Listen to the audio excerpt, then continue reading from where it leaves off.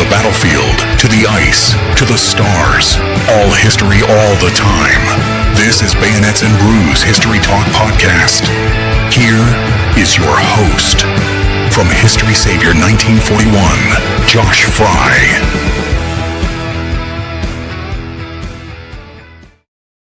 What's up, everyone? Good evening, and welcome to another establishment of History, or Bayonets and Brews History Podcast, right here on YouTube. Getting started a little bit later than we would have liked. We had a little technical difficulties, but we're only 3 minutes late, so it's okay. It's all good, and I am excited because tonight my co-host, the Unfiltered Historian, is back with me. And what's up, dude? What's going on, buddy? I'm still just smiling because I just watched Ray Lewis absolutely demolish the Titan. I miss that. Good memories. Oh, yeah. I miss that too. Stout number 52 on the yard. Oh, man, I miss it. How are you? I'm good. I'm excited. As you guys can see, we have tonight's guest on here. It is the British guy himself, the British legend from over the pond, over just outside of London, on the beautiful cliffs of Dover, the white cliffs of Dover. I want to sing the song.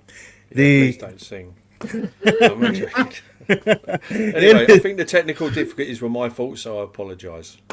It's all of our faults. It's all of our faults. We take a collective blame here. That's what we do. So sorry about that. So we've got Darren Rawlings with us tonight, otherwise affectionately known by us, his friends, as Daz. He is the creator, the mind, the backbone of the YouTube channel, American Civil War in UK History. Also the Monumental Project. He is the best beer drinker I know, the best storyteller I know. He's the best Brit that I know. This guy sets me up with all the goodies from Britain. I love him so much. Hey, I've even got tonight's, well, it's not a brew, but it's a mustard munch. Oh, you got some Monster Munch. Pickled onion, dude. I found them as well. Have you tried them, Tyler? They're really nice. No, but okay, now that you guys bring this up, I was watching a YouTube segment the other day. I have a little secret. The Jackass series tends to be kind of one of my favorite things to just sit and zob out on TV. And I watched Steve-O do one of these last meal segments on YouTube, and that was, if it was an option, he said that would be his entire last meal, was eating a bag of those specifically. So that is the second time in my life I've ever seen a bag of those. Yeah, I had just actually come across them this week just watching a YouTube bit with Steve-O. So that, cool. Are they good? I don't think they would be bad. They're very good. They're very intense in flavour. They That's also do a beef flavour as well. And then I think the pickled onion's probably the way I would go. Honestly, very intense flavour, isn't it, Josh? It is, but it's so good, dude. Like, they melt in your mouth. Not They're really good in a sandwich. So if you like butter some bread, put them inside the sandwich, bit of ketchup. Sounds quick, a quick sandwich if you're in a rush. So what's the brews of choice tonight, boys? What do we got? Dad's had some really cool ones. Let's let him start. So recently it was my birthday. My mum always sends me like a box of beer, and there'll be like different ones in there. And there are actually a couple of lagers. I've never actually tried this one. It's called Devon Rock. You've got to be careful how you say that. When you're drunk, it's going to come out something different. But there you can see there. So it's we've got loads of little micro brews and that in the UK at the moment.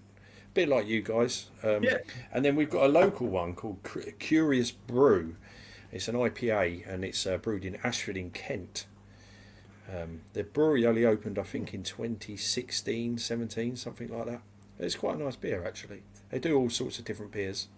But yeah, they make champagne as well, I think, and beers infused with champagne and all that sort of stuff, yeah. So it's for all the posh people. For those of you that don't know, posh people for us Americans means the wealthy people. Posh. I guess that's the equivalent of what Louis Vuitton is what you would call here posh. Yeah. I don't know. I guess, maybe. Yeah, that's a bit posh, yeah. I don't know. So Darren, You got me beat there. I mean, I don't guess any of us are very posh. So you see the condition of my bookshelves behind me, dude. Like there's no organization. They're bursting to the seams. They are, but I mean, there's no organization. Sadly, I can't wait for there to be. Dude, I've seen posh. It look like yours. Maybe you're posh. Well, I've seen bookstores with less books than what you have, man. I mean, your house is books. I mean, that's it, books. I got a book problem. I mean, if there's a book that's been written on the subject in the Civil War or history, this dude has it. Like, Darren, what kind of book Working on collection that. you got? Have It's you not very stepped? big. It's not as big as that. It's one bookshelf. I just haven't got the room, to be honest. But yeah, I've seen Tyler's bookshelf, and has Tyler told you the story of after the symposium this year, and him and Sean Chick getting all of his Shiloh books out and Oh my recreating God. the Battle of Shiloh? I didn't tell you about that.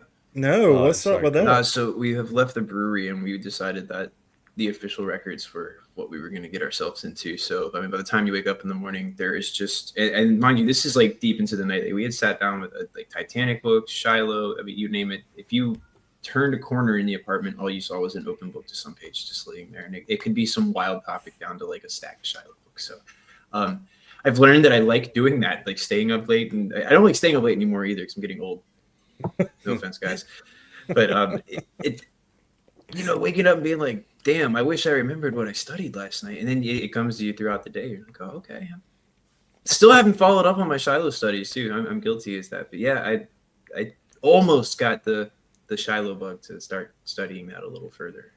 So a little extra to that story is obviously You were there. Tyler Yeah. went to bed quite early in the morning, or late, or whatever you want to say, and we had to we had to get the Ouija board to wake him up. We had to go down to Fredericksburg for the tour, and yeah, bless his heart, it was hard to get him up. I He made got up it. though. I'll give I him made that. He it, did yeah. get up. He made Powered it. through it. He's a Ate some trooper, brekkie, as they would say. and he did it. We had a good time, didn't we? We had a good time. We went through downtown Fredericksburg. For those of you listening, with it took a tour of Civil War Hospital related to downtown Fredericksburg with John Hennessy, one of my favorite Civil War historians is out there, and I know you two as well. It was amazing. It was amazing. But guys, for those of you listening and watching, the comment section is up. You can do your Q&As at any point during this podcast. We will get to them as soon as we can. If we don't get to them right when you send it, well, just bear with us. We'll get to it.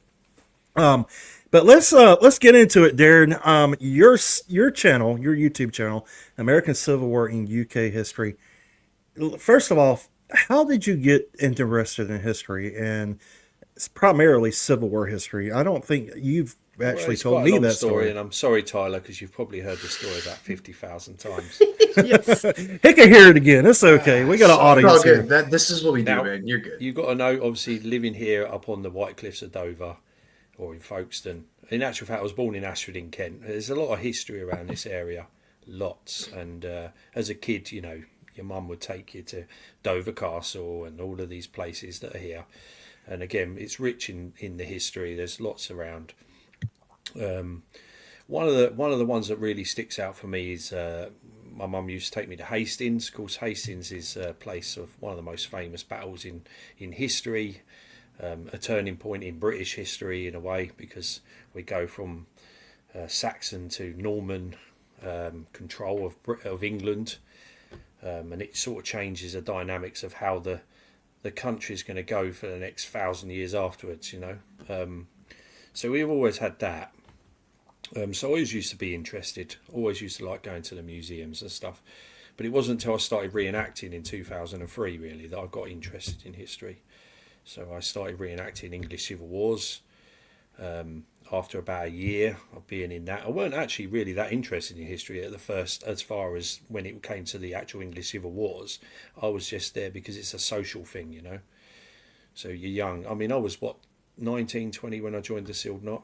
So it literally was go to an event, camp for the weekend, get completely bladdered and beat the shit out of each other.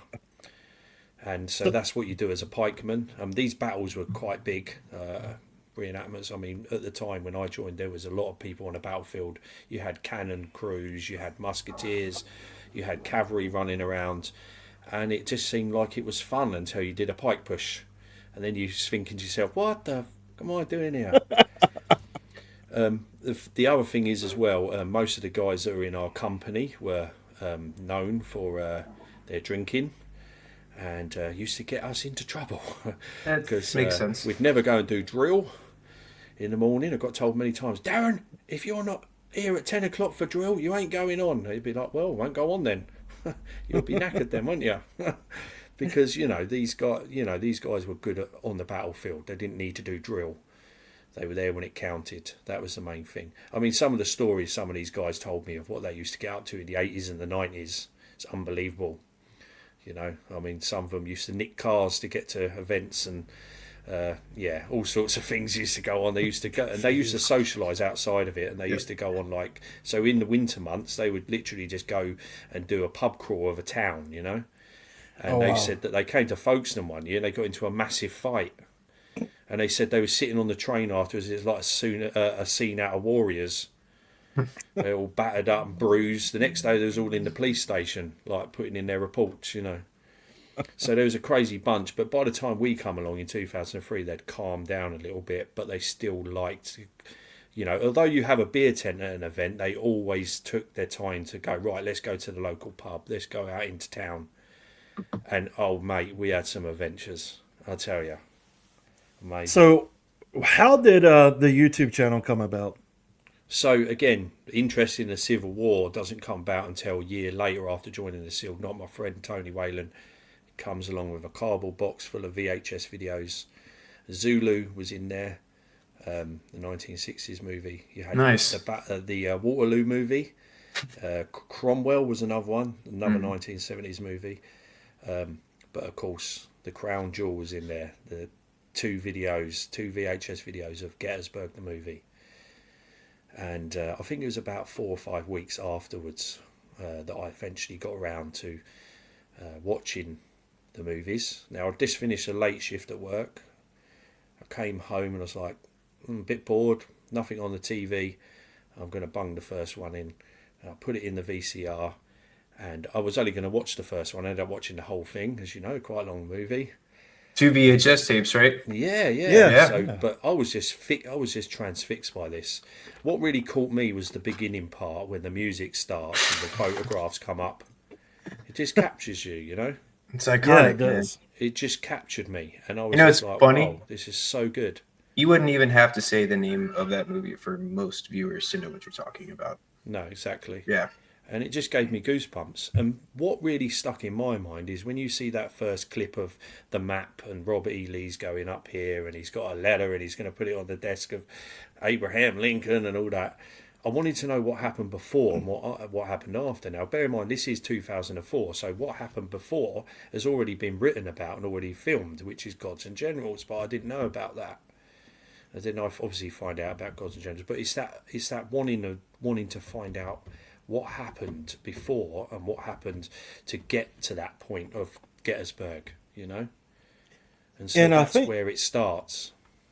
And I was going to say, I think the biggest misconception is that when, Tyler, I'm sure you would probably agree, as us Americans, when you think about the Civil War, you don't think about Civil War history as associated with the UK.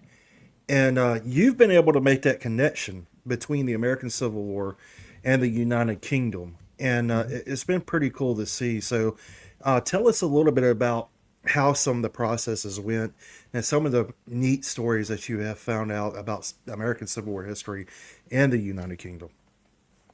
Yeah, well, again, I didn't actually answer your question about the podcast, did I? So to get to that point, I'll just quickly breeze over that.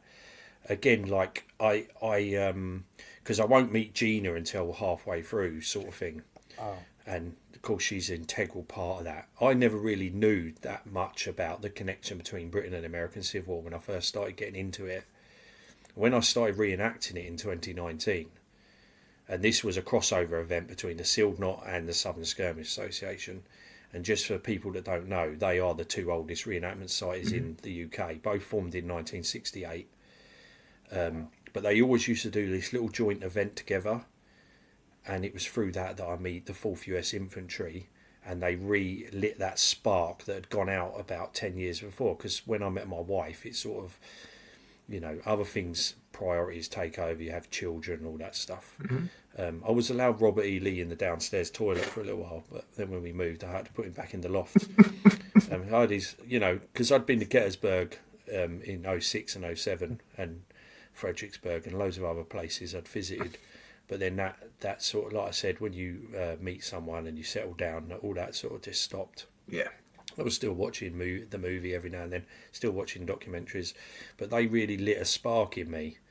And I wanted, again, to relearn the Civil War. So I started learning all this stuff. And it got to the point in 2020 where I was had COVID and I was so bored. I thought I'll grab my tablet and do a video on my own, talking to the camera about Fredericksburg. But that's when I then come across Chris Mikowski. And this is the weird thing, as I was thinking about this the other day, because obviously preparing to come in on here. Me and Tyler actually, so the way we cross paths is strange, but he already knew Chris and everyone, you know. Mm-hmm. So it's weird that I meet Chris. Chris gives me an opportunity to start my podcast in 2020 with my first ever episode about Fredericksburg, and the fact that Tyler lives in Fredericksburg, and the fact that Tyler actually knew Chris and a lot of the ECW guys. When we finally do connect, it was just meant to happen in a way. It's really weird how all that happened. But then obviously through the reenacting, the American Civil War, that's where I'll meet Gina, because Gina will have the first dedication of her great-great-grandfather, George William Denham, who fought at Lookout Mountain.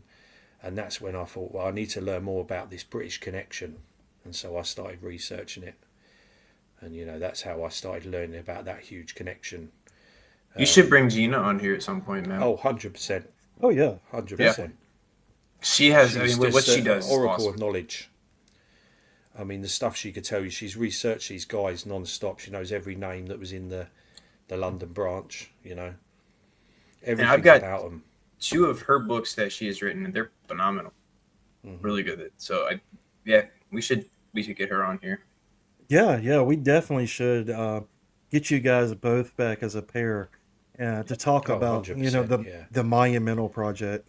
And it's just so cool. I mean, just the way that Gettysburg had sparked, all of this. That's even how Darren and I met. And that's the weird thing. That's what I was just about to say. I mean, you can tell the story if you want, Tyler. No, we can both piggyback off it. In my head the other day. So when I first started trying to get established, I reached out to a guy who runs Shelby Foot group on Facebook called Derek Cole. And I pitched the idea. I said, let's do a 3-day live chat about Gettysburg. And the first day we did our thing. The second day, so there was a guy on there called John Roos. Now, John obviously knows Tyler. And he knew that Tyler was in Gettysburg on the second day. So they tried to fix it up that Tyler could come live from the battlefield. Which, you're out in the middle of Gettysburg. You can't get a signal. So it didn't happen. But the third day, Tyler was at home in Fredericksburg and he managed to jump on the feed, and that's where we both, literally sparked straight away, got on. And I think it was about a week later I was messaging Tyler about something to do with the Civil War, and he's like, well, let's just go and do a live stream now. Remember that? And we just literally sat there just talking crap about the Civil War. That was so that's fun. How the unfiltered historian sort of conversation started, sort of thing, I miss doing those. I do. Life gets in the way, so sometimes podcasts shift. I mean, it's still there. We still plan to do them at some point, but it's tough doing that, especially with the platform I had. No longer being as feasible as it was. So I'm exploring other avenues to try to bring that back. But that was a fun time, Darren. Like when we started that too. I mean, just the amount of conversations we were able to have immediately too. It was like you and I had known each other for so long. The chemistry that we had when it came to the Civil War, and I think the passion for sharing that with others and making it accessible in different ways than it has been before. And Chris gave one of the coolest summer quiz to what we did, and he called it the college tailgate party of the Civil War. So if you want. Yeah, if you can imagine sitting on a tailgate with a couple of brews and some hot dogs and some hamburgers and some wings, whatnot, and then talking Civil War, and just like the meaning behind that though is to bring your buddies around and have like that conversation. And I think Darren and I just had that ability to do that with each other and wanted to create that space for everybody to have. It was awesome, and what we've done with both podcasts since then, it's insane. Yeah, then we've done a lot of collaborations together and that as well. It's amazing. And then what was it, 2020, the 2024 symposium, a little bit ahead of that. I come into the mix with Emerging Civil War. And you and Darren are two of the first people, that I met at the Emerging Civil War Symposium that year. And it's funny how the world just kind of turns around and around and around, and we just, establish a friendship through that as well. I met you at Manassas before the symposium too. That's right, you did. I accidentally met you at Manassas, and You did. That's right.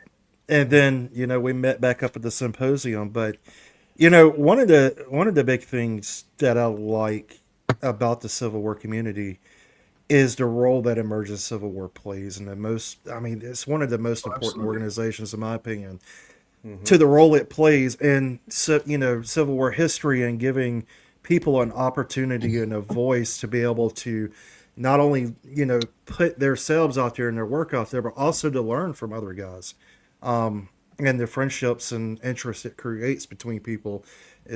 There's nothing else like it. So I'm very thankful that Emergent Civil War brought us all together, and it's been pretty much a round circle. Well, So could I just tell you the story of how I actually connected with Chris, because it's quite cool as well. I would love to hear that, because I've always actually wondered. So what happened was, again, I started American Civil War reenacting in 2019. And as you know, in a year's time after that, something's going to happen. The world's going to go crazy. And but anyway, I was buying all the equipment, researching all this stuff again, and then COVID came along, and it stopped everything, didn't it? The world stopped. Couldn't do anything, but you've got all this information going in, no one to share it with. And one night, it was December 2020, I was watching a live stream of American Battlefield Trust, and Chris was on that show, and they were talking about Chancellorsville and Fredericksburg and all that sort of stuff. And I put some questions into the chat. They didn't answer the questions during the stream, but Chris took the time afterwards to answer every single question. And like I said, at the time, I'd recorded an episode, again, just me talking to the camera about Fredericksburg. And then a couple of days later, obviously I'd come across this show, watched him, he'd answer these questions. I put on a documentary on Discovery, and Chris was on there. I was like, do you know what? He knows a lot more about Fredericksburg than me. Wouldn't it be better if he was on the show instead of me, talking about what he knows about? And so I thought, do you know what? I'm just going to send a message. And the message never got through at first, because, as you know, with Facebook Messenger, sometimes the messages don't get through. So I think I sent an email to the Emergency War website, and eventually the email found its way to Chris. And I think I put something along, well, would you be interested in coming and talk to me about it? My mum always said, if you don't ask, you don't get. And he just put at the end, you're right, Darren, if you don't ask, you don't get. And so we did that episode. And at first I was only going to share this podcast interview with a few friends. And I thought, this is too good. This needs to go on YouTube.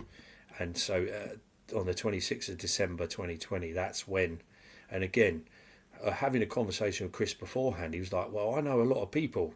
I didn't know how many people he knew, but obviously within the Civil War field. He said, do you want anyone else? I'll get you connected with them. And so my second episode was with Caroline Davis about Stones River. And then Sarah, and then Chris Kolakowski, and then of course, again, like I said, me and Tyler meet. And the doors just opened, I mean, some of them first episodes are absolutely cringeworthy. Didn't have a freaking clue what I was doing. I tell you, somebody else that was really influential in helping me is a guy that runs the Untold Civil War podcast. His name's Paul. He gave me lots of advice on the audio side of things and what tools to use, and so I owe him massively. He's really, I mean, this guy had well over, I don't know, 300,000-400,000 like downloads at that time. But I got to walk him around Slaughter Pen. He's awesome. Was cool enough to let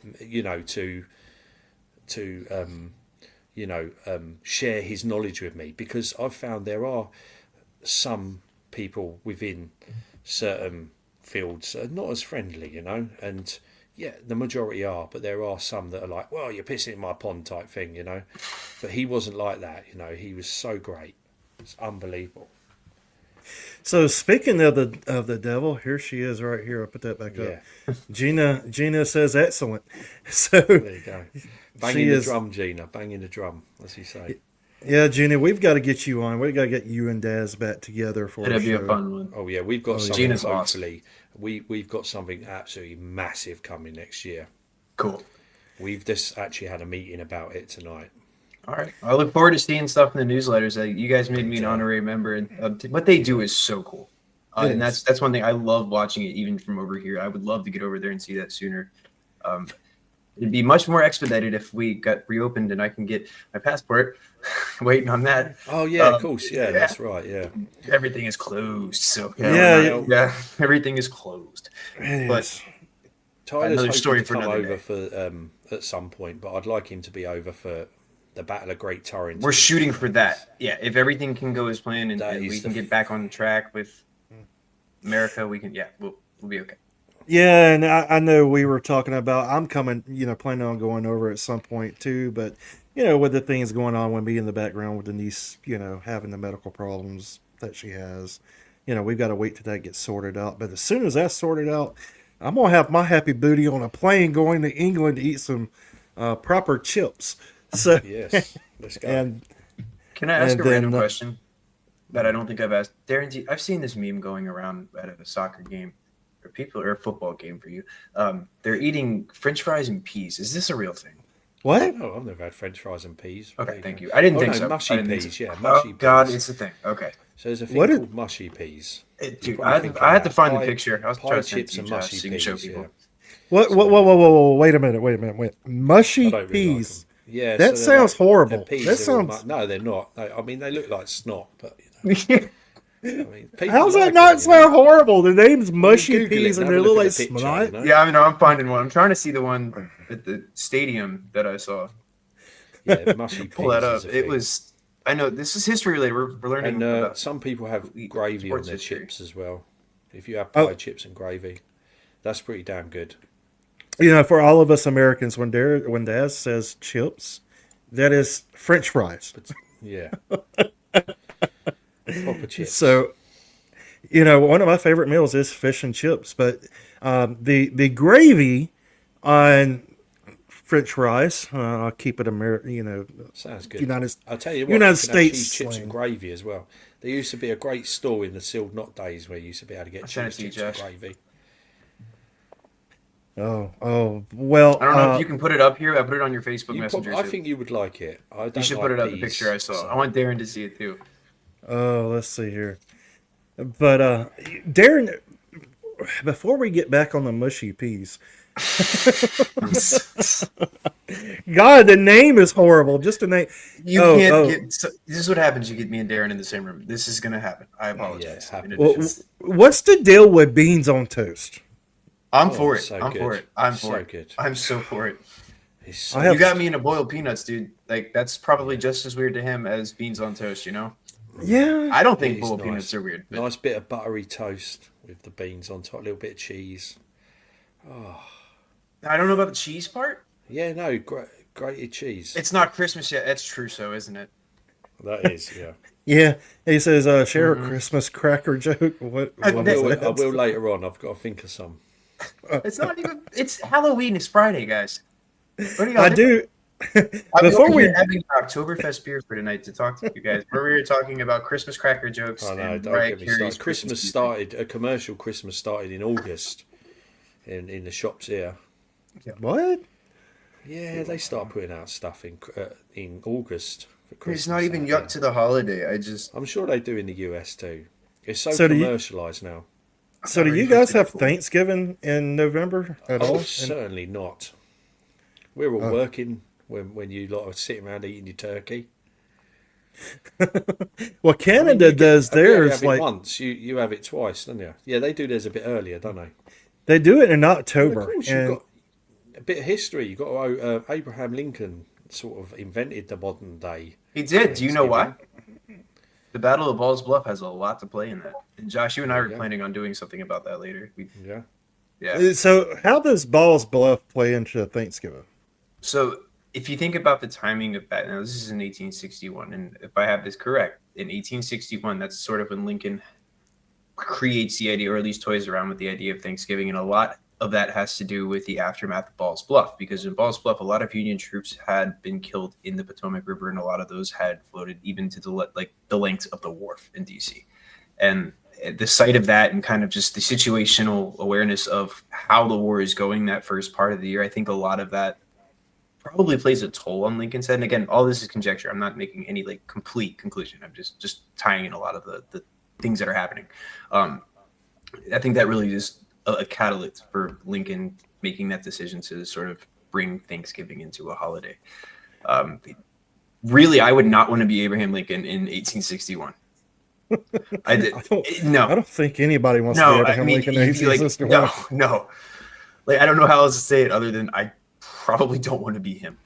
That sucks. And again, I think a lot of that weighs on his mind to the point where he realizes a national need for Thanksgiving to sort of, it's like your early Memorial Days. It's an honor to the troops that were sacrificing on the field of battle at that point. So, like I said, I can probably go further if I were able to get some more. And I think that's when it's set at the last Thursday of every year, isn't it? In November. Yeah, because Ball's Bluff is like late October, so that would Darren, yeah, you got that. That's right. And we have I remember researching it a few years back. So I think our Thanksgiving tradition here is every year we have a powwow here on the res.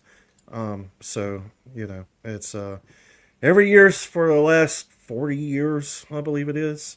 Okay. They've had a big Native American powwow. And what that is, Daz, is basically a event where you have a lot of Native American dancing with the colorful feathers and that good jazz. That's the best way I know how to describe it. It's kind of hard to describe. They're cool to see. It's cool to see, but it's not. I mean, it is part of the Native American culture, but it's kind of the staged, if you want to put it that way, Native American culture that people. Yeah, the theatrical performance.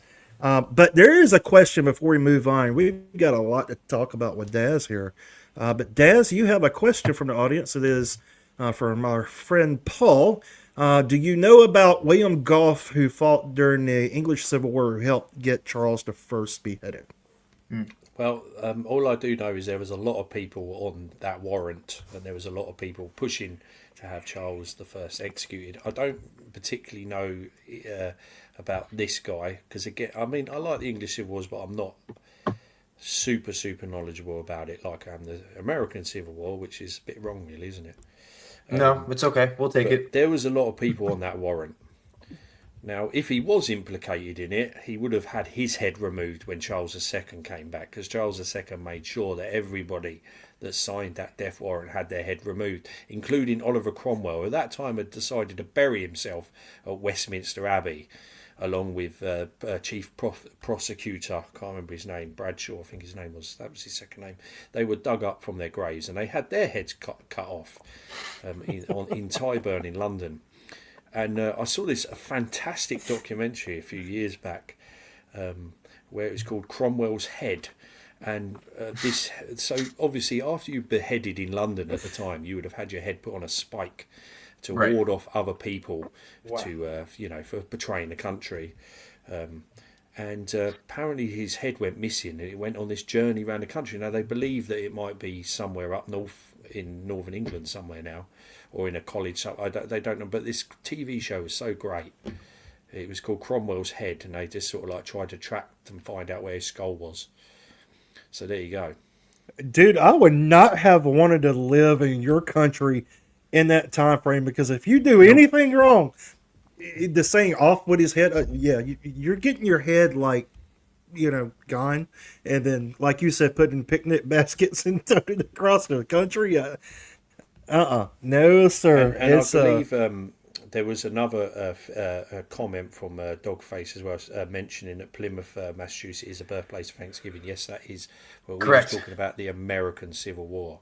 So the national holiday is what Lincoln created.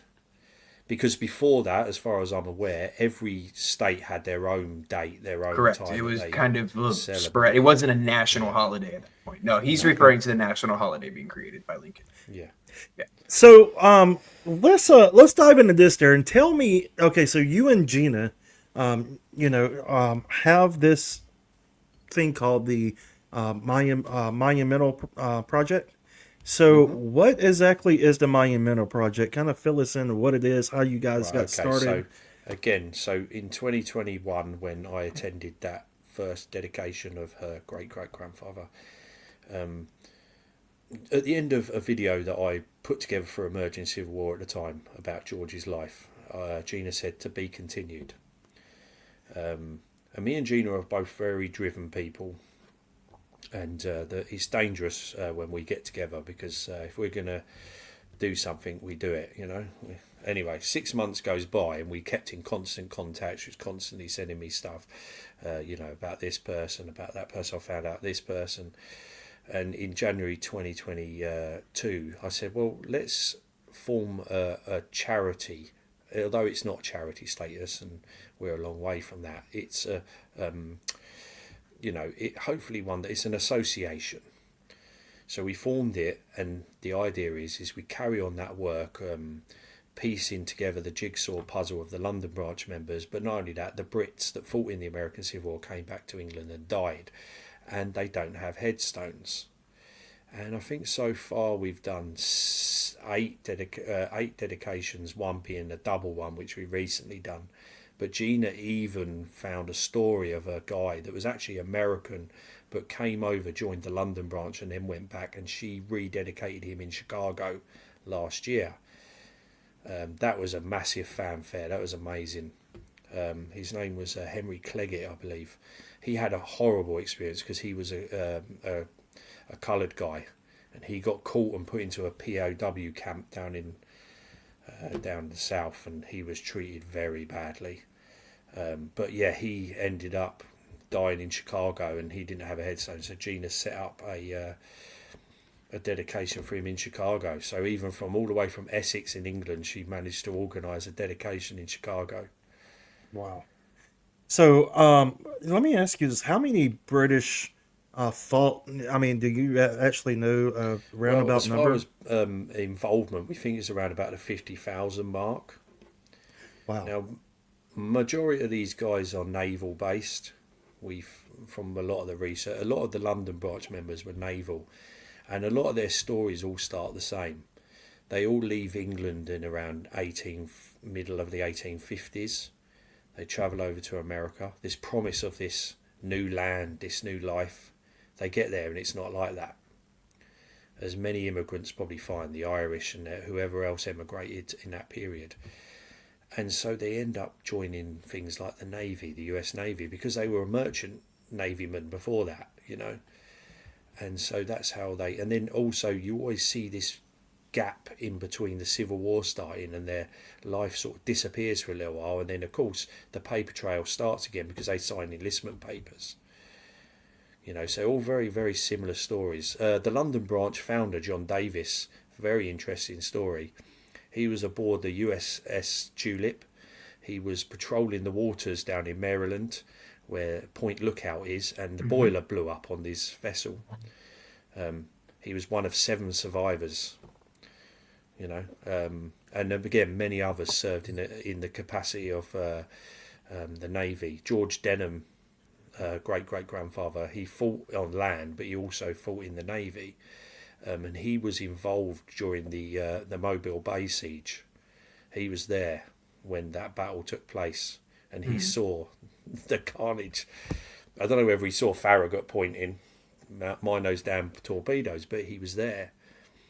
You know, so yeah, 50,000 odd. But these are not just men; these were, you know, all sorts of different, you know, probably women as well. You know, involved.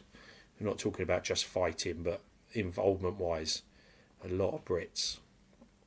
You know, I will love for you to be able to have the opportunity to see where Denham actually fought in Mobile Bay, which is just, you know, 45 minutes from me. And so I will love for that one day to maybe have you, Oh, you know, yeah, 100%. We would love host to you do that. down So here and come do this. Gina has actually walked in the footsteps of George, and that is so. We have a plaque that's going on our monument, and this is another one. Like me and Gina sometimes, just like my story, I always seem to meet the right people at the right time, and Gina does the same thing. So she went on a pilgrimage in April 2022 to walk in the footsteps of George. Now, George fought at Lookout Mountain with the 111th Pennsylvania. He was attacked in the night at Wauhatchie in that battle. One of the night battles that takes place during the Civil War. But anyway, this is when she knew about this guy that was buried in Chicago. So she went and walked in his footsteps. But then she went up to Chicago, and that's where she meets this guy called Stuart Stephanie. And lo and behold, Stuart Stephanie's a sculptor. Right, it's just strange. But he's also involved with this guy at this cemetery, and so through that we've, had a plaque made. We always like to joke that John Davis is looking down and guiding us. But it almost feels like that, doesn't it? Yeah. So, because again, sorry. Oh, go ahead. Yeah, without meeting Chris, without meeting all these people, I'm not doing any of this. It's crazy, Yeah, it's crazy to think about. 2 years ago, us three didn't know one another. Now we have this great friendship, and colleagues, and Darren over in the UK, is doing phenomenal. They're doing phenomenal things. But how much is, I know the cost here in the States is pretty expensive. But for you guys to be able to get these headstones and things in Britain for, these guys for their memorial, how much does one of those usually run? So the headstone itself is provided free of charge from the US government because they served the US. Okay, good. So the headstone is free.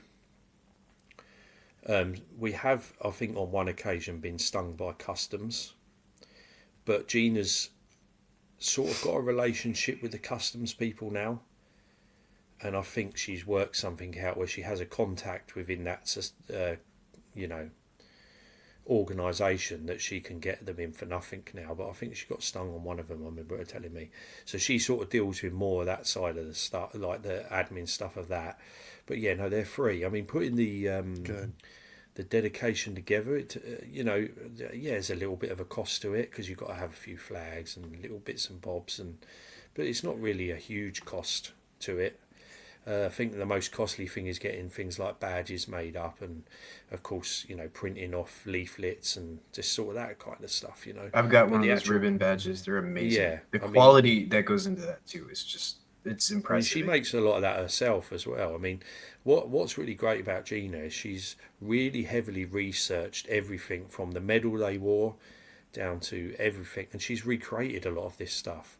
So a little bit like the GAR medal, the London branch had John Davis went out and had loads of medals made for these guys, these London branch guys, and it's very similar to the GAR one. And she recreated that. She found an actual copy of one and had it recreated. And I'm lucky to say I actually own a copy of that. It's amazing. This woman is just amazing. Seriously. So back to kind of the headstones. It's pretty cool that the United States are providing those free of charge. It's nice to see them, providing what they're supposed to for, soldiers who fought for the United States during that conflict and all conflicts. So it's pretty neat that they're doing that. But what's some of the things that you guys are working on for the immediate future for the Monumental Project? What's kind of your big project on the rise right now? Well, recently we just. Again, I'm just going to step back a tiny bit because in October we had a historic double dedication, and Gina, through her work, found out that one of these guys, Samuel Lander Hoff, was the last British American Civil War veteran to die in the UK, and he died in 1940. He's buried in Derby with his friend Henry McGuinness, and we had a historic double dedication. And that was amazing. I've never seen so many people at a dedication. Now, the weather was a bit dodgy that day. We had a storm blow over the UK. And so luckily, though, the Friends of Nottingham Road Cemetery, who run this cemetery, opened up the chapel for us, and we did it all inside. We had US Air Force Honour Guard attend as well. and it was a massive. The mayor of Derby turned up. We had the BBC recording us. Wow.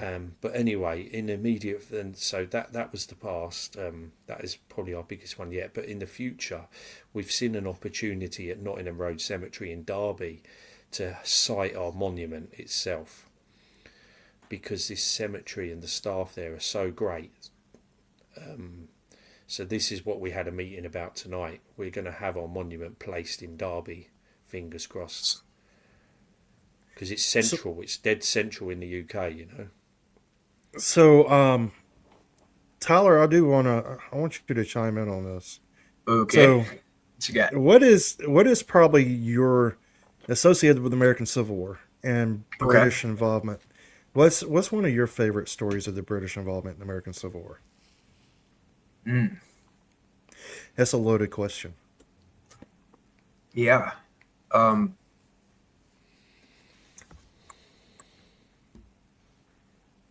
Just because, I like to get very, like, historically political, if you will, probably the Trent affair. It's an interesting thing what that could have led to and the implications that could have had. And I hate to get into the what ifs, but I mean that's one of those, like, I think really, really underlooked what ifs, because that could have been what I like to call the big boom boom of the Civil War. I mean, that had potential to create your first World War scenario. Who can capture who can take who prisoner? The Confederacy is not a legitimate country, so what legality do they even have as diplomats to a different country? Because, mind you, they were headed to England as emissaries. Like, there was a very serious charge here that the United States brought on to the Confederates. Otherwise, I don't know. That's probably my big one. I think there's quite a few. In actual fact, there's a great Emergency War podcast that Chris did a little while back with Mike Somerville. Mike Somerville used to be president of Roundtable UK, and there was another guy, I can't remember his name, sorry. Apologies. But they had a great discussion about this. There was quite a few, points that it could have, kicked off.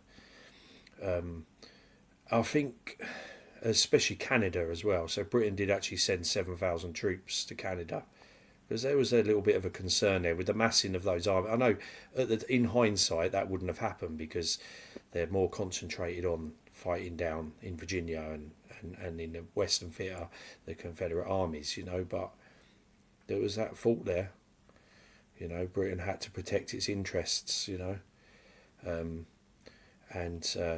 mean, Liverpool is heavily implicated big time because of cotton trade and everything that goes with it.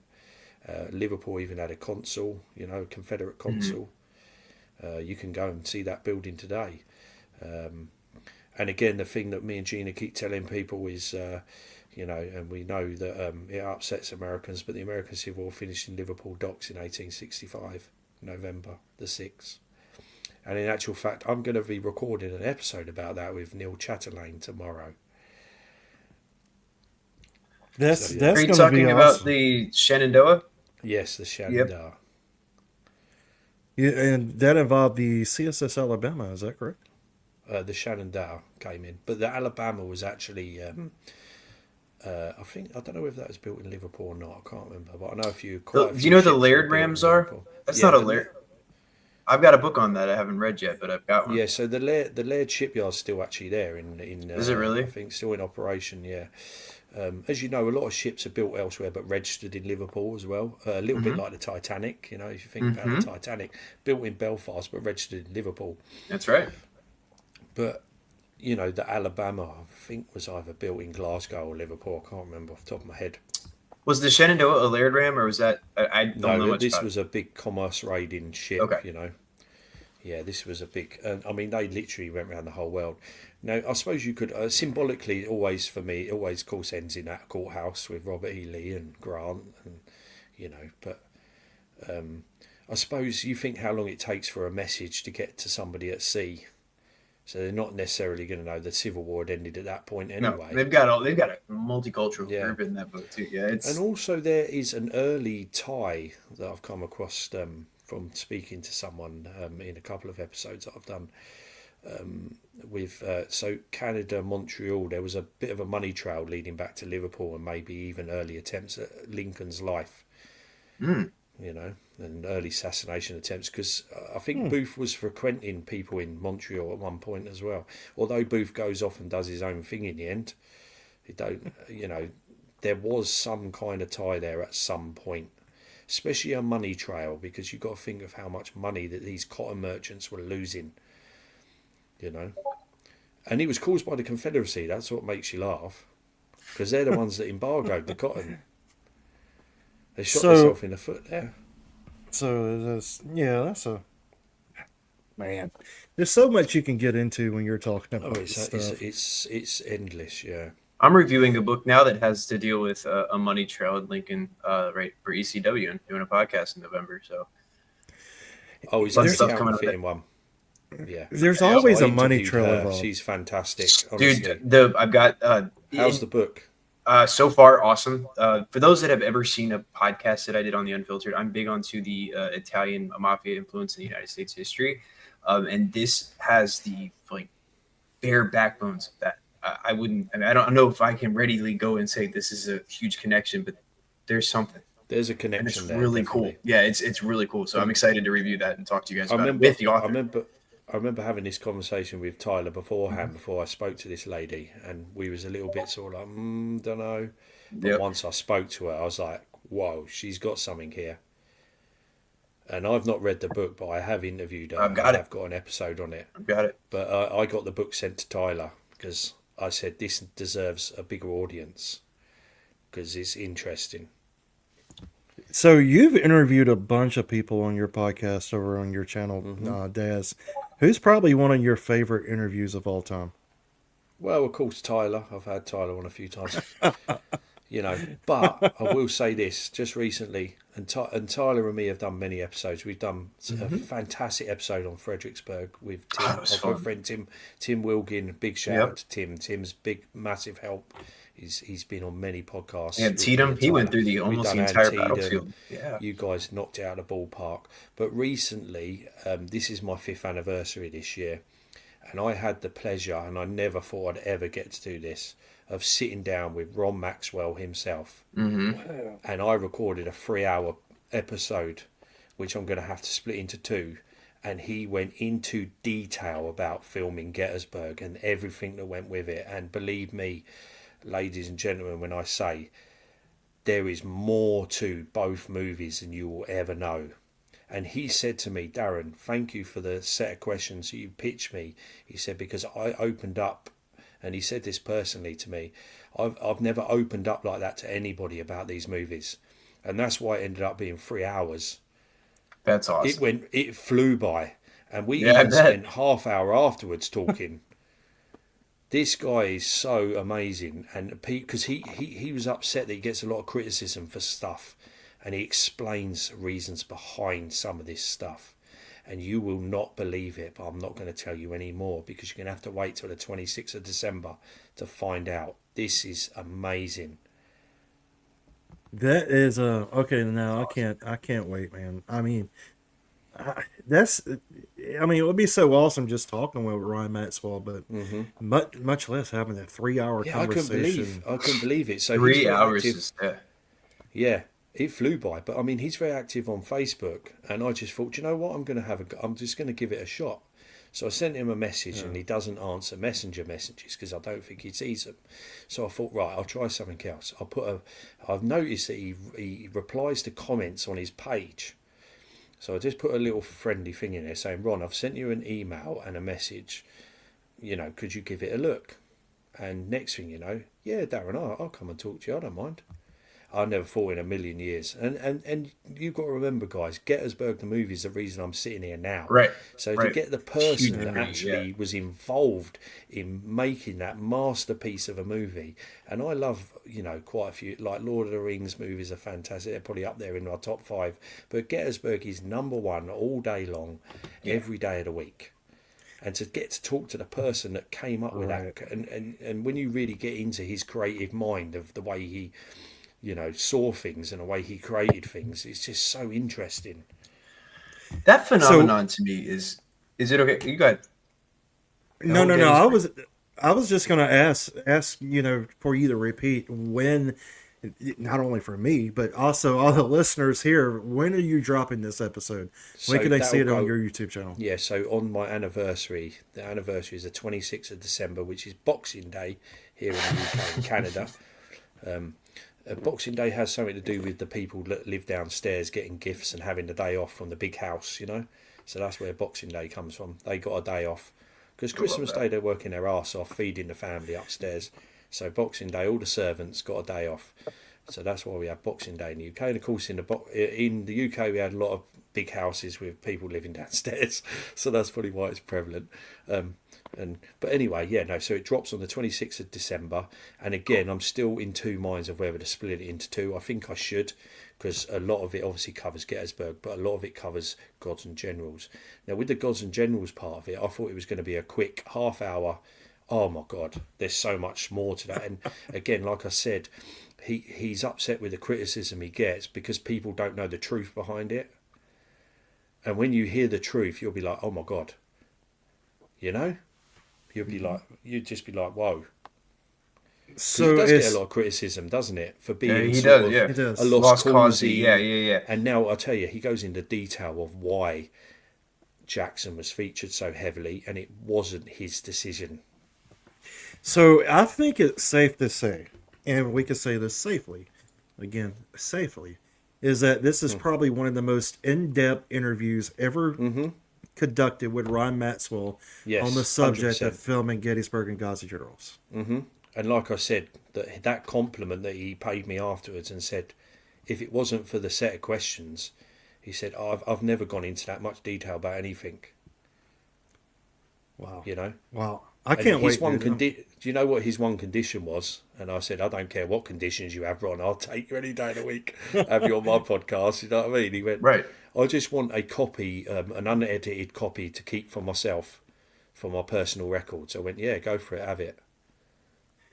That's so cool, dude. And Tyler, what were you gonna say? Let's shoot back to you. We talk about Gettysburg a lot, and I always like to address this with Darren because I love Gettysburg. I'm not, as hardcore as a lot of these folks are with it. Right. But there's a reason behind that. Like, I would love to say that that's what got me into the Civil War, but I grew up here in Fredericksburg, so and it's crazy. I don't want to criticize Gods and Generals because I don't hate it. I know what it is. I get what it is. I worked at a park where Jackson was featured heavily at the park. I was an intern there for a long time and was able to do some wonderful interpretation on those battlefields. Eye-opening interpretation, even because I think I had rose-colored glasses going into even teaching history. But it's interesting that the Gettysburg is such an important movie, but you never hear someone say that Gods and Generals was a big influence on them. And for Ron's credit, like as much as it was what it was a huge pull for me because I was able to see my hometown, even though it was Harper's Ferry, but like Fredericksburg. I grew up in those streets. I grew up in Chancellorsville. These are places I spent my boyhood years. And to see that on a film portrayed the way it does, like it kind of amplifies your thoughts or your feelings towards those battlefields. For me, some of the best scenes are the street parts through Gettysburg. Yeah, absolutely. That's exactly what I'm referring to. It gives me goosebumps, when they're marching through town. Because you can picture it. Just before they go to the plane and get slaughtered. I love them scenes. And I completely relate, Darren. I do. That's exactly what I'm referring to, actually. And another thing is, because he got a lot of criticism for the beards, didn't he? He goes into a little bit more detail about their shit about the beards, dude. They were great. No, but he does. And he said, I know he Darren, does. They're just this is what nitpickers. actually happened, And he even apparently got into an argument with one of the top actors about his beard. You wait till you hear that. I believe it, but like I said, you're going to have people nitpick every single part of a movie like that. You have people freaking out about an AC unit and people obsessed over the people obsessing over an AC unit. Like there's two sides of it's crazy what a movie can do. One little thing I will give everybody is I won't go into the detail of like the the history behind both movies, but we'll say this: he made it very clear and clarified that Gettysburg, because there's that misconception it's supposed to be a TV movie. It was a theatrical production. It was meant for the cinema, but they tried to make him split it and put it on TV, and that's when Ted Turner stepped in and went, no, we'll put it in the cinema, we'll get bums in the seats, they'll go and watch it, and they look 30 years on, we're still talking about this freaking movie. I mean, How cool is that? And I hear this all the time, even from some of our, colleagues in the field. Is, I hate Gettysburg. I hate Gettysburg. Everybody, but the thing about it is that Gettysburg is such, and still is, so, even 30 years after this freaking movie was filmed, is the starting stone iconic for a lot of people. I mean, how many times you get, like, if you watch that charge in that movie of Joshua Chamberlain shouting bayonets and charge, if you haven't got goosebumps, you're not a Civil War buff. No. And the thing about it is I think someone could come in tomorrow and film a new Civil War movie, but it would never compare to Gettysburg. No, I don't think, probably not. I don't think anything that can ever be filmed can ever be compared to Gettysburg. And there's one more thing that he said. Without reenactors, that movie didn't happen. Sweet. Didn't happen. And he explained why. Honestly, it's so good. That's the I'm so cool excited thing about it. I'm just excited about people hearing his side of the story, I'm looking forward to so the honoured Gods he and shared it Generals with part me. specifically. I know I'm in such a minority, being like I'm the person that got excited over Fredericksburg. No, but more I than love Gettysburg. Gods and Generals. I Yeah, don't I mind did it, too. Like I I've said, never I've I've always loved that movie. And again, with my connection with Fredericksburg, say for instance, because I mean, just going back to me and Tyler, I was supposed to attend the 2021 symposium. I couldn't go, and they kept pushing my flight back because of the COVID shit.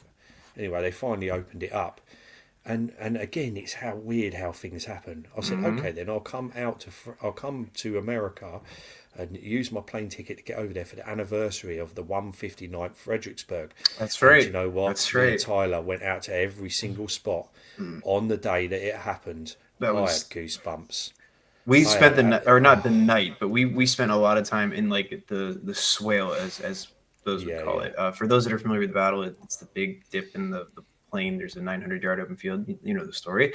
But Darren and I know certain spots that actually exist still. There are city right-of-way alleyways in certain parts. Well, Tyler knows, not me. Yeah. You watch me lay down. But we did some cool stuff out there. I've got a video on YouTube of that, and it's really cool. Go on, carry on, Tyler. I was mentioning the night where you and we had a real deep conversation there close to the wall about just like the night before the 13th, because he came in. I took him right in front of the stone wall in pitch darkness it was probably 9:30, 10 o'clock in December. It was December 12th, so it was the night before the actual assaults against Marie's Heights. And I just told him, I said, I want you to sit here and I want you to think about the sounds that you're hearing now and compare them to what you think you would have been hearing on December 12th. You're going to have spires that are still smoldering in some of those buildings from the looting and sacking that took place on the 11th, 10th, the days leading up to the 12th, the day leading up to the 12th. The 12th was mainly focused on bringing troops in. So whatever wasn't picked over the night before, there's still things ripe for the picking for this influx of troops moving into the town. And so the sounds of that, and I told him it was a cacophony because there were so many different sounds. Not only did you have that, but you had fortifications to your left on the stone wall. On the heights above it, you had people digging in and digging fortifications. So the Confederates are trying to fortify their position there. So all those sounds, and it's to attempt to bring the senses back because it can draw you into that moment and really kind of understand just the vast presence that both armies brought, because you have almost 120,000 troops on the Union side versus like 75 to 76,000 Confederates. That's probably, I think, and don't quote me, but that could be the largest amassing of troops in the entire Civil War. I think Fredericksburg does see the largest conglomerate of troops on either side. So I wanted him to picture that. And then the next morning we took him to Slaughter Pen Farm. I'll let him finish off that story. Yeah, so the only damage, so going back to Gods and Generals, the only damage that did for me relating to the history, with not knowing too much about the history when I first saw it, when I first went to Fredericksburg, I had no idea about Slaughter Pen Farm. I only thought the Battle of Fredericksburg was the stone wall, and it wasn't until later on I realised how important, and of course as Tyler knows and as all Civil War buffs know, how close Jackson's line nearly folded. Of course John Pelham doesn't help, but Jackson was close to losing that line and getting rolled up, but I didn't know nothing about it. But we went out onto Slaughter Pen Farm just before we went to Chatham Mansion that morning to overlook, because we wanted to look over Fredericksburg. And of course, there's a pontoon up there as well. But we had the frost on the ground just like that morning. You had the steam coming off the Rappahannock River. Oh my God, it was amazing. I know, and that's one thing. And then it got unseasonably warm, just like it did during the Battle of Fredericksburg. And if you remember in the movie, they all shed their coats. Then they get stuck out there for 2 nights, and in the cold, freeze to death. You know, what an experience! You know, just standing on the top of the heights in Fredericksburg is amazing. And Project Pass said the street fighting was what fascinated him. Neither arm was trained for urban combat, so it's interesting to learn about it and see it in the film. You know, I think the Civil War was the first big conflict where street fighting would take a precedence during the war. I mean, of course, street fighting today in today's conflicts are normal, you know, but at that time, you know, it's not really that common. But Fredericksburg's one of the many battles of the American Civil War, or should I say few, where street fighting would actually take place. And I mean, just as you walk through downtown Fredericksburg, I mean, every street is almost still scarred from that battle till this day. So it's eerie to see that, and eerie to kind of put yourself. I couldn't imagine, you know, being there, seeing the mist and the fog, and you know, on the anniversary of these events, and that must have been a cool experience. And I think that's just it too, is because you know throughout the war you have civilians that are being touched by fire or touched by the war, if you will, and Fredericksburg really drives that home to the civilian aspect too, because it really makes them kind of a focal point in the story. And I think that's more so even than the fighting, because we see street fighting in the Mexican War, and that's something I even had kind of mythologized coming into being a historian. Was, you know, I had just cut my teeth, and I still thought that Fredericksburg was the town of first, where street fighting was sort of new. It's not necessarily that new. We can go to so many different battles, even in the Revolutionary War. I'm trying to remember the specific one there, not Germantown, but anyways, that's a different war, different time. I'll get into that. Speaking of, there they are. Look, awesome guys over there too. That's my friend Rob Morrison. He got a very probably good tour, is not and awesome. He nearly got put in the Tower of London. If he carries on, he'll go back there, and next time won't let him out. Awesome, but no, I think that's I love those guys. I love those guys. That gets slept on in the Revolutionary War too. That's why that could be a whole other. We don't talk about it because it's a sore subject, Rob. Oh, I'm sure it is. We've made Darren go in front of the Cornwallis sign at Yorktown. Yes, they did. Now that is hilarious. They took me to Yorktown, and Yorktown is beautiful. It is. What a beautiful place. They even do really good coffee. I do like coffee actually. But on a 90-degree like day too. That big monument's a bit over the top, on a isn't it? 90-degree day. Victory Monument.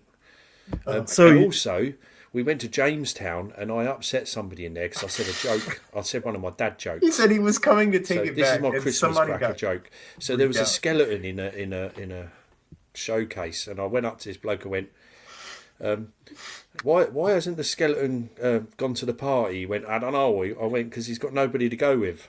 And he just went, oh. And he walked and then I got followed around the museum by this woman. Kept wanting to listen to me talk. Anyway.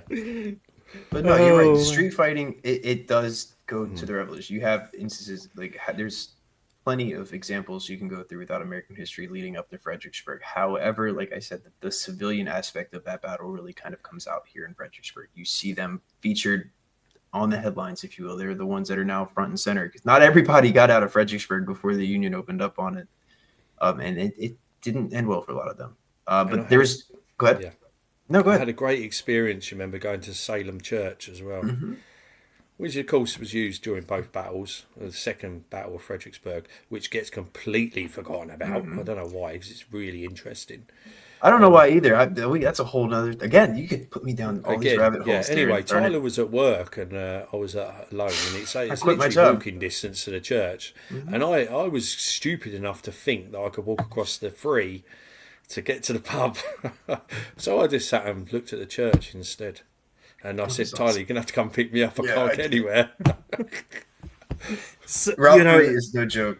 No, it sucks, dude.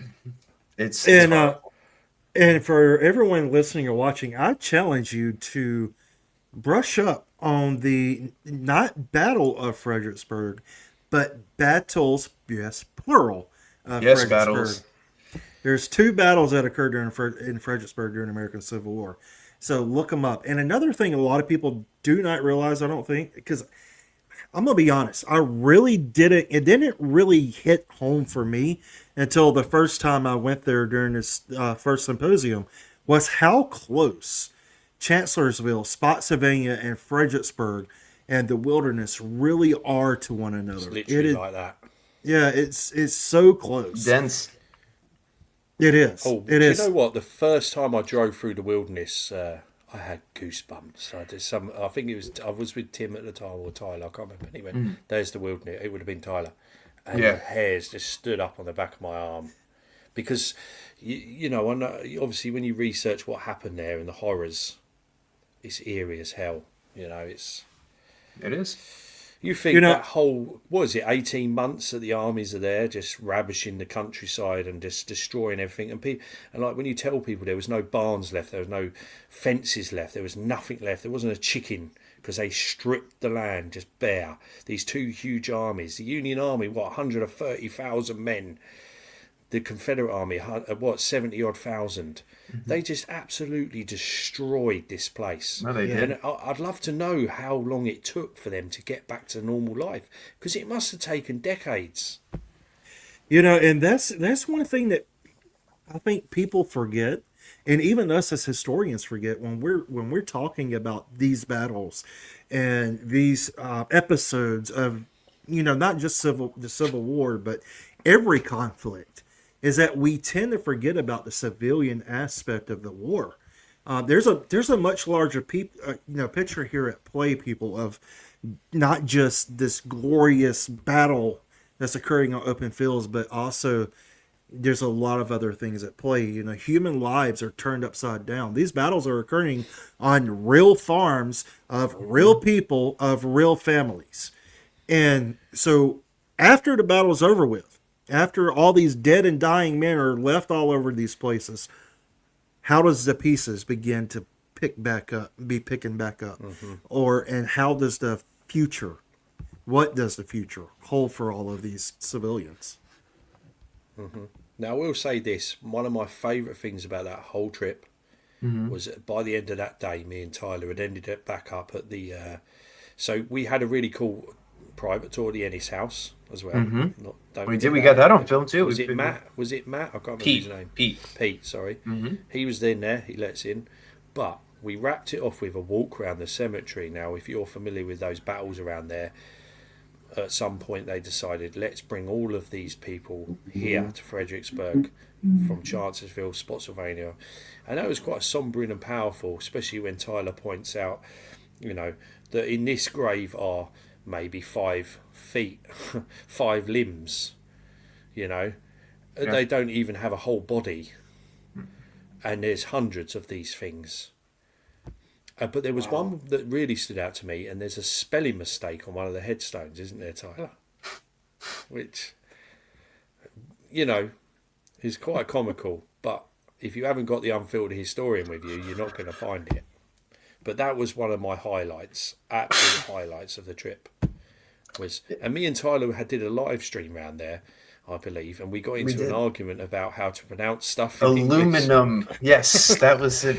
Yeah, that was took the whole center stage. No, it's aluminium. No, it is not. Yeah. Why would you take a side for that? Josh. A great guy that has also always been supportive of me and Tyler is Noel Harrison. And Noel Harrison told me once that he's listened to that episode while he used to work, and he's listened to it so many times, he knows it off by heart. And he just always compliments me on that episode. He loved it. But yeah, so big shout out to Noel.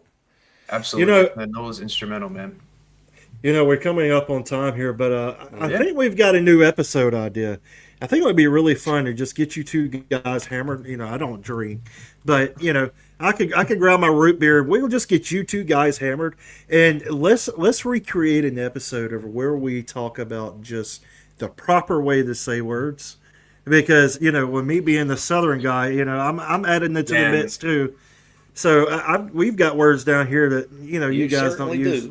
Yeah, we. That was really bad, wasn't it? It was good. No, that was good. That tastes the cake. One new. Yeah, boy. I'm going to get me some of that. And see, that's the Real beauty of Southern this. tobacco. That's the beauty of this podcast is, Oh, man. while it is a history podcast, it's not your typical history podcast, and it's friends talking about history. We're not on the format of, in 1813 we took a little trip. No, Okay, don't you sit here and skew Johnny Horton like that, brother. come on, dude. Now, Come on, Tyler, Johnny I can't Horton. believe No, you no, had, no, no, no. he was working on a good English accent at one point, weren't you? A bit like, that guy. Don't say his name, but, go on. Go on. You got an English accent, Tyler? Yeah, he's quite good at it. Oh, you got to do it. Come on. Hello, I'm not good at it. General Burnside. Come on. You've got to do it. Burnside's an idiot. Let me tell you all about that guy Burnside. Oh, I love that. I actually heard man. that tone, that sound, and I just wanted to jump through my microphone and like bitch slap this bird. I don't normally get that angry with history either. But I was just like, you Willie Wolf, like go crazy on him. Like that's how I perfected my accent. I got so mad at people shitting on Burnside that I decided that, you know what? I'm gonna learn a whole different dialect to diss somebody You are, for. you certainly are. No, and I'll When leave you you come with to this. England, wait till you hear people down in Devon. Jesus. I'm gonna get smacked in the face. I'm gonna try to talk like, "Hello, mate," and they're gonna. I'm gonna ask, "Do you think Burnside's an idiot?" Oh man, Tyler's going into. You're going to end up in a London Tower. I hope you know that. Oh, When He's you already know- said I've earned a spot, dude. I have the shit I have done to Darren. he's It's going to get his head cut off. Off with his head. oh, man. Yeah. Are you guys gonna send it around England too? Well, On we a could pike? try. Yeah. Yeah, why not? Maybe you could try. What is it? Too heavy? Well, it might be. It might- Well, guys, thank you for joining us tonight. No, Thank you, Daz. Thank you. Thanks for having Thanks. us, again, buddy. Appreciate it. Thanks, Daz, for coming on. Guys, don't forget to check out The Unfiltered Historian and, more importantly, American Civil War Yeah, in more UK important. history. We've got some really good episodes coming up as well, by the way. Oh, yeah. So I've just done one on Edgehill, which is out now. I've done one with Mark Wheatcroft about the Battle of Agincourt. But in the next couple of days, I am recording 3 episodes. I'm recording the preservation history behind Franklin with Eric Jacobson. That's Oh, on sweet. Friday I'm Okay, recording that. sweet. Because I really, his talk at the symposium really sort of got me. dude. The dedication he went to save that place. I know we didn't get a chance to interview him either. Dude, Neil in and out. Chatelain is coming on to talk about the Shenandoah.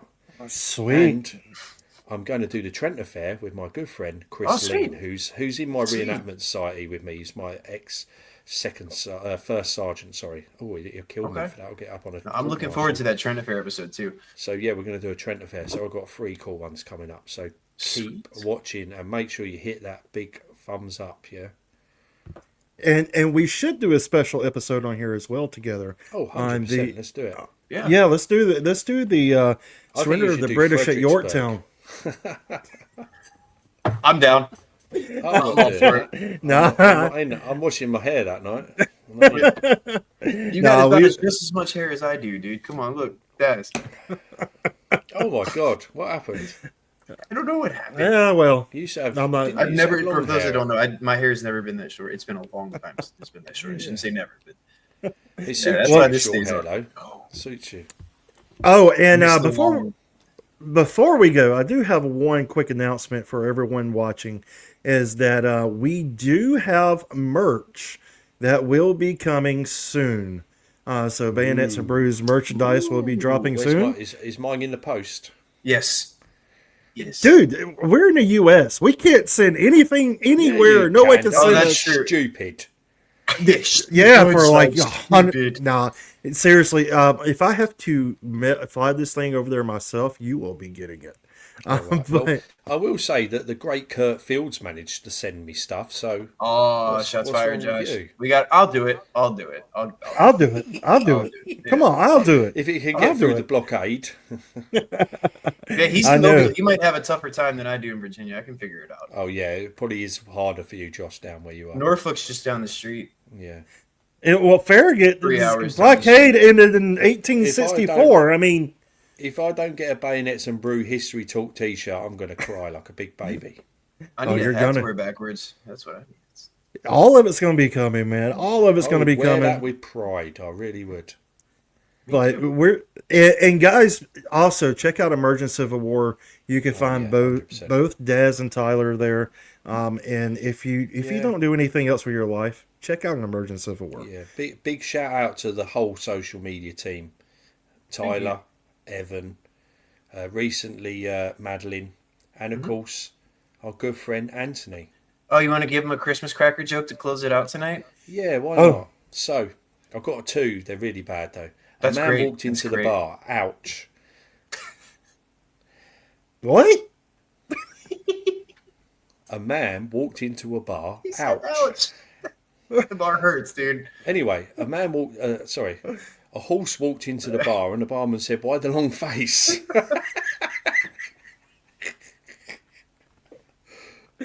I like that one, dude. It's so dumb. Guys, Imagine go the- check out them. Go check out the Unfiltered Historian, American Civil War and UK history. And until next time, we will see you on the next episode. And, well, keep I thought preserving you was gonna history. say Stay something else safe. then. You nearly said it then, didn't you? What's that? I thought you was going to say somebody else's tagline then. All right, I'll share with you in a minute. All right, guys. Have a good night. We'll see you next week. Bye, guys. Cheers.